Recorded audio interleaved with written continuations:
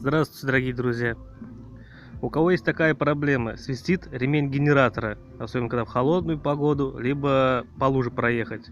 Здесь сейчас я все это сделал, просто хочу вам показать. Если свистит ремень генератора, там бывает, думаю, что ролики, если ролики поменяют, и со временем потом по лужах или проехали, или в холодную погоду опять началось, возможно, что это ремень. Способ бывает такой. Берем вот такую вещь, силиконовую смазку, просто брызгаем на ремень. Можно на заглушенную, можно на заведенную. Пробрызгиваем ремень.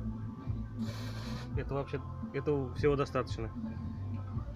И когда заводим машину, можно даже на заведенную, свист пропадает. Просто это значит, что вам пора менять ремень. Если так, что как вам, то есть как мне, жалко денег на ремень, пока что, то обхожусь вот этим средством. Вполне хватает до первых луж.